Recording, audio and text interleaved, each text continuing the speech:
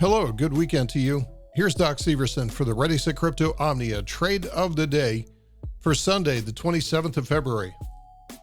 With only 1 day left in the month, we've got a monthly doji candle, which is encouraging that the downtrend has at least arrested itself at this point. This is my log monthly scale showing. This is my North Star, and it's once again just showing a huge monthly consolidation on Bitcoin versus the US dollar, which is a proxy for the rest of the crypto market, which is also a proxy for risk assets these days. So crypto has found itself squarely being classified as a risk asset, which is similar to the US small cap index. So as long as this stays in a pattern, even though it's irritating and it's testing everybody's patience, this is still productive, because what we do want to see in markets is a continuing series and oscillation between range expansion to range contraction. So we would expect to see range expansion coming next. Now, which way is it going to go? Is it going to expand to the upside or expand first to the downside before then expanding to the upside? That I don't know. But all we have to do is watch price levels, and that's going to be my focus on kind of the rest of this session today. Now, down to the weekly chart. This is where it gets interesting, because we do have a weekly downtrend. We have lower highs and lower lows. Lower high from 3 weeks ago and higher low so far. So this is right now in a sideways pattern.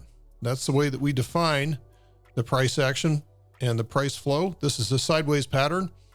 And this could mean that either we're going to break to the upside from here or break to the downside from here. So we just need to watch these patterns and watch these price levels and see what they do. But right now, this is still in a downtrend until the price does put in a higher low and then drives into a higher high. That would be a change in polarity.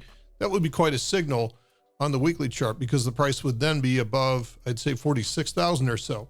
Now, if we go down to the daily chart, we see an awful lot more detail of what's going on. Okay, let's see if we can pull this up here a little bit so we can see this is a pretty interesting higher low so far. And we had a big range candle the other day. This is Sunday, Saturday, Friday, Thursday. Thursday was a big reversal. You can see the big volume that showed up here in all risk assets as well. The invasion started in Ukraine, but then that gave the market, oddly enough, some sense of certainty. Anybody can tell you the worst part is the waiting. You don't know what's going on. And then once something actually happens, then all of a sudden you've got something concrete to work with.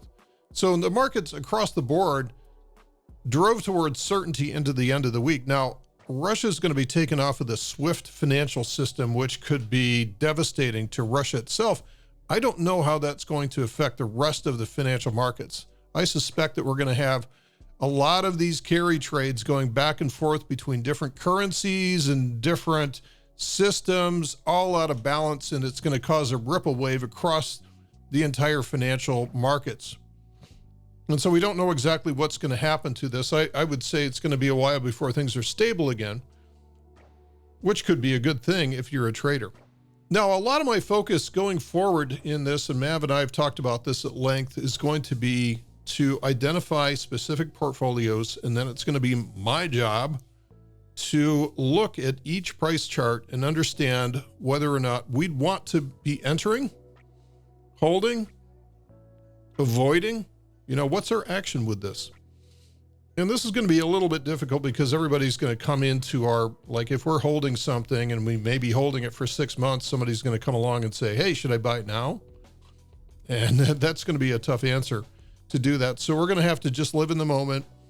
And for those of you that are following along, this hopefully will provide some value to you. So if I were not invested in Bitcoin, what would I want to see before I start to stick my toe back in the water again? Well, there's a lot of different ways that we can define that. And my own personal opinion is I think that we should be doing things not based on indicators, but based on price levels.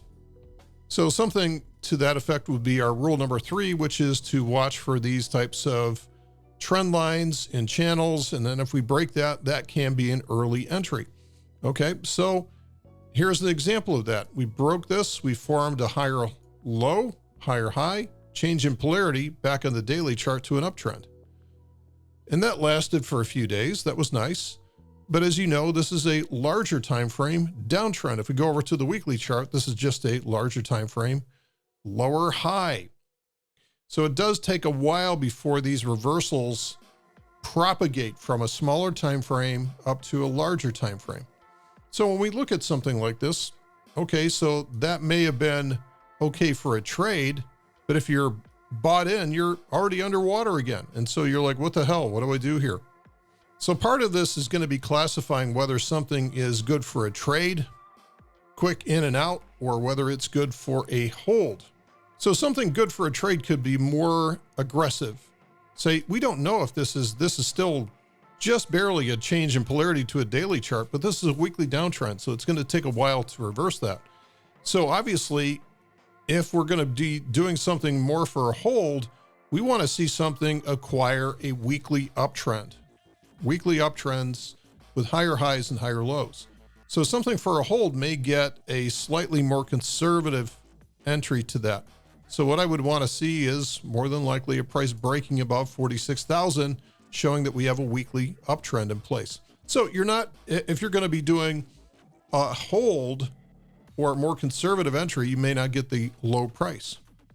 But then again, something for a hold is going to be more conservative entry, and it should hold that entry a little bit better versus taking a trade entry down there, which is just meant for a quick swing to the upside, lower high, sets up, and then down it goes again.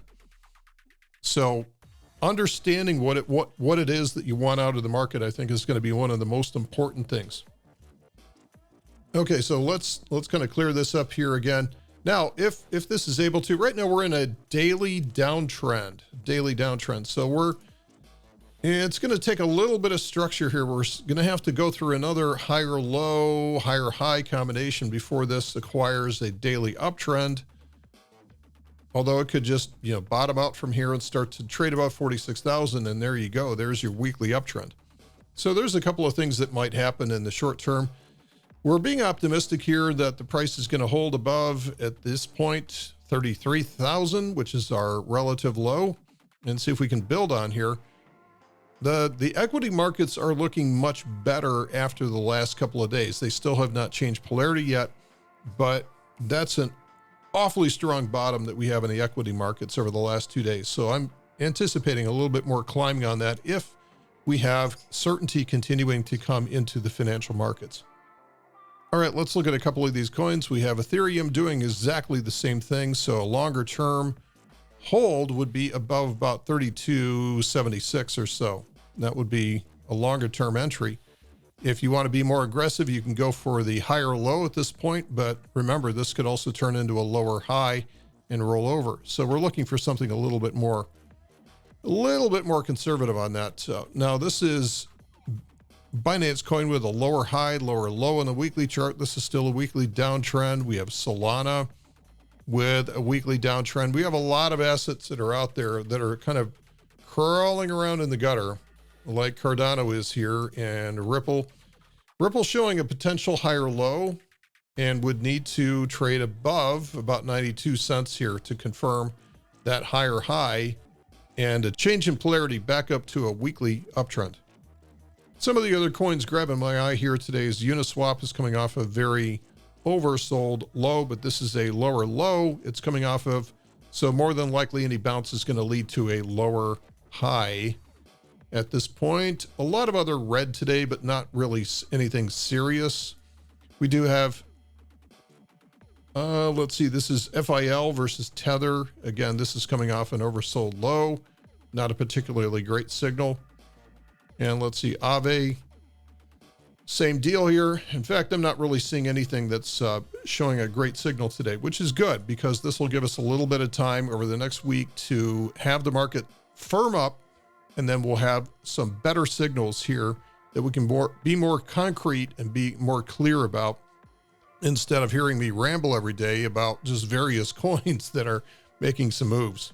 So I hope you like the new format as we transition into this in the next week or two. And certainly any comments would help me clarify what it is that we're going to accomplish here in the near term. Thanks for listening, guys. Have a great weekend. I'll see you back here on Monday.